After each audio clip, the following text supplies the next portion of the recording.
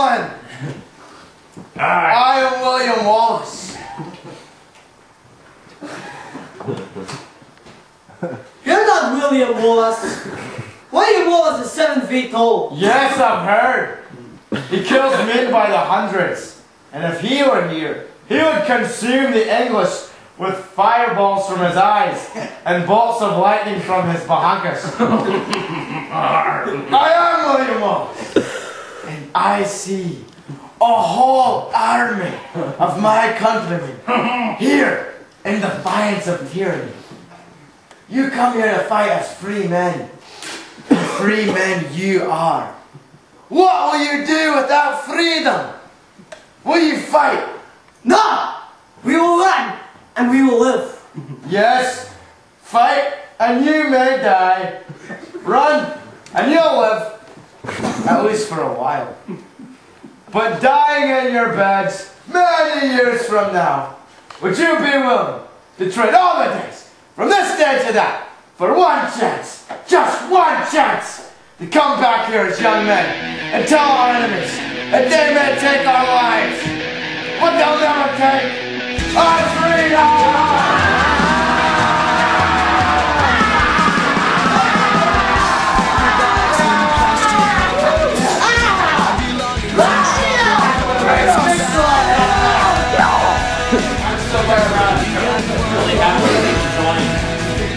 Let's get drunk and drive around and make peace with an empty town.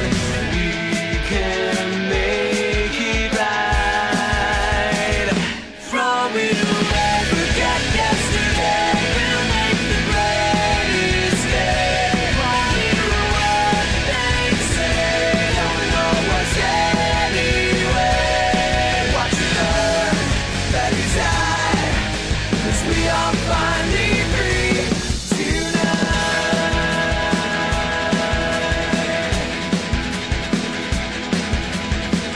Tonight will change our lives. It's so good to be by your side. We'll cry, but we won't give up the fight.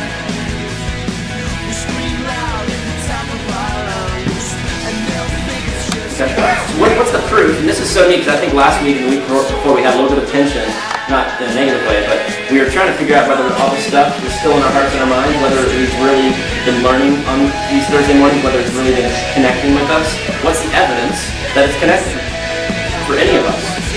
How can you check yourself whether this James study is really impacting your life at all? And what is what God has for us? Specifically sticking with the book of James. What is the thing God has for us? Alright, but what's the process of perfection? Alright, what does God have for us? Testing trust. So I love what you said, trusting and keeping faith in the Lord. I mean, that's what James is about. Putting faith into action. And it's saying, I'm going to trust in the midst of this. And he said, when you lack wisdom, when you lack understanding of who I am, you can ask and I will give it to you. Not when you lack wisdom of how to get out of this, he didn't say that. But when you lack wisdom of a clear picture of who I am, I will give that to you. Does that make sense, guys? So you're totally getting on it. And so this whole idea of evidence that we're getting it is that we're going to go through trials. When you go through a trial this week, that's not evidence that you haven't gotten it. I'm not being a Christian, man. I'm not living the life. I'm getting it. And how you're responding, or maybe God's in the process of helping you get it, and how you respond is the evidence of whether you're getting it or not. But no one else can. That makes sense. I've got all this stuff, but yet you go through a hard time that day, a trial that day, and you're like, oh, I'm so frustrated, and this is so annoying, and my day just seems to go like this every day, and I'm just ticked off, I'm done.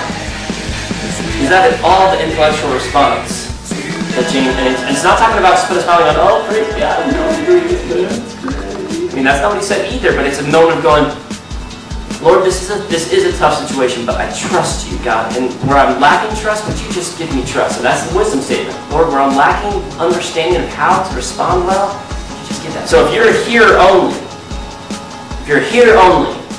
you're deceiving yourself. And what's the deception? That you're really getting it. Just hearing is not enough. Does that make sense? Hearing is not enough. And I'm not telling you guys, like, go do action, go do action, go do action, go do action. But truth, once it's embedded in your heart, produces